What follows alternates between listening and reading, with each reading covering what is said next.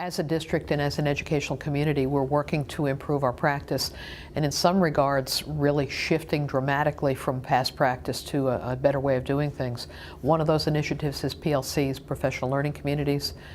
Our teachers, without recognizing that they were under a banner of PLC, came together, recognized a teaching challenge, found solutions, and are now working the solutions. That's exactly what PLCs is all about. And they're doing a very effective job in using the data that's generated from formative assessment as well as summative assessment. And Linguafolio was such a great assessment tool anyway.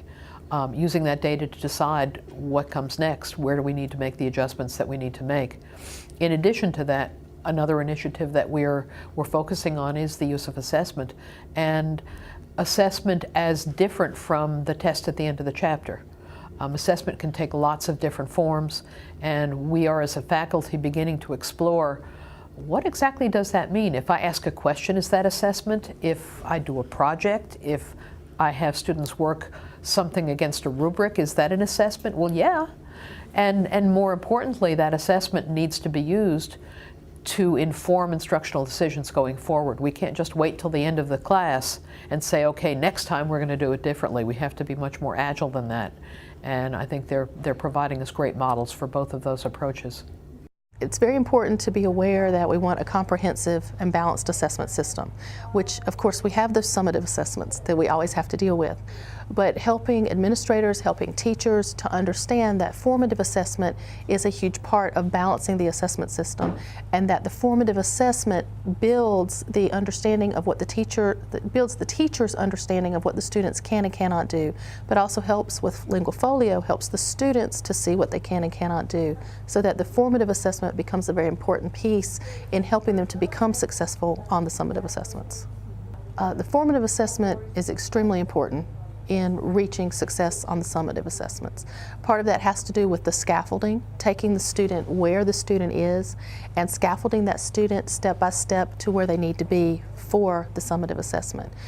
With language learning, whether it be English as a second language or studying Spanish or French, knowing that the student has certain goals to attain, but knowing they're coming at it in different places. There's a lot of differentiation of instruction that needs to take place. And when you are doing that formative assessment, and you're doing that every day in an ongoing manner and adjusting your teaching based on the results of that formative assessment, then you are able to adjust your teaching and meet the needs of those students in a moment-by-moment way, so that as you're working toward that summative assessment, instead of saying, here's where we're starting, here's where we've got to go, it's one big leap, you're able to take those small steps and those increments and help each student do that at their own pace. If we're not aware of how they need to get where they're going to go and just try to shove them to where they're going to go, there won't be success on the summative.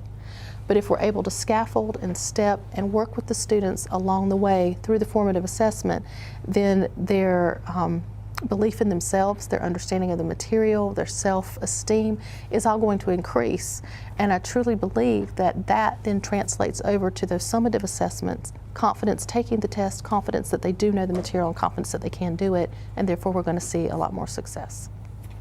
Our particular district is focusing on the data-wise process, which means we're not looking just at summative assessments at the end of a course or end of a year, but gathering formative data to actually inform instruction and how teachers can help their students show growth. And since that is already a focus of Linguafolio, it's just a wonderful natural piece to slide in and say, look, language teachers already have a tool to help them collect formative data, help the students figure out how they can grow, show their growth, set measurable goals, and build their self-esteem, and they will improve in this course, and these will also carry over into other content areas.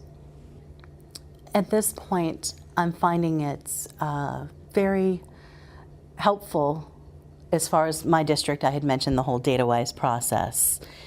And as world language people, because we are not necessarily a state-tested area, in some states, obviously, there are Regents exams or whatever.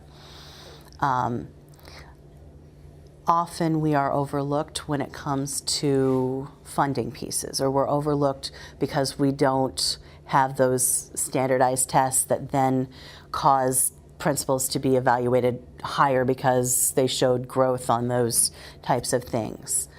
But as we're moving into, we're already here in the 21st century, and students need to be able to compete with not only their neighbors in their neighborhood, in their state, in their country, but around the world.